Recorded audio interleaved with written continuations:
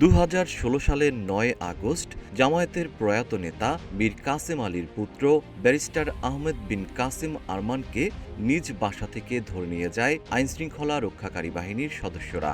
Dhaka cantonment এলাকায় Mirpur DOHS এর 11 নম্বর সেকশনের 7 নম্বর রোডের 534 নম্বর বাড়ির দোতলায় থাকতেন তিনি। এই বাসা থেকেই দুই শিশু সন্তান, স্ত্রী ও বোনের সামনে থেকে ধরে নিয়ে যাওয়া হয় আরমানকে। এরপর দীর্ঘদিন তার হদিস পাওয়া যায়নি। গণ-অভ্যুত্থানে আওয়ামী লীগ সরকারের পতন ঘটলে 2024 সালের 5 আগস্ট রাতে 20 থেকে 25 জন সাবেক সেনা কর্মকর্তা ও গুম হওয়া ব্যক্তিদের স্বজনরা রাজধানীর ক্যান্টনমেন্টের কচুক্ষেত এলাকায় অবস্থান নেন। তারা গণমাধ্যমকে বলেন, ডিজিএফআই এর আয়নাঘরে অনেক মানুষকে অন্যায়ভাবে বন্দী করে রাখা হয়েছে। বন্দীদের ছাড়িয়ে নিতে আমরা অবস্থান নিয়েছি।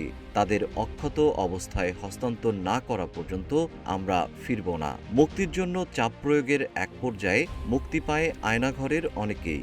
দীর্ঘ 8 বছর পর মুক্ত হন মীর কাসেম আলীর ছেলে ব্যারিস্টার আরমান। অল্প সময়ের মধ্যেই ফেরেন রাজনীতিতে।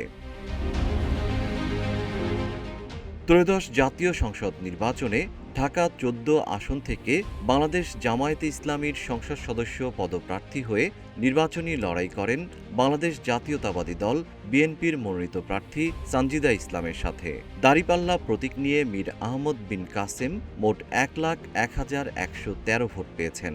তার নিকটতম প্রতিদ্বন্দ্বী বিএনপির সানজিদা ইসলাম পেয়েছেন 83,323 ভোট। এভাবেই আয়নাঘরের অনিশ্চিত জীবন থেকে সংসদ সদস্য হলেন মীর কাসেম আলীর পুত্র আহমদ বিন কাসেম আরমান। জিএম শিহাব, রূপালী বাংলাদেশ।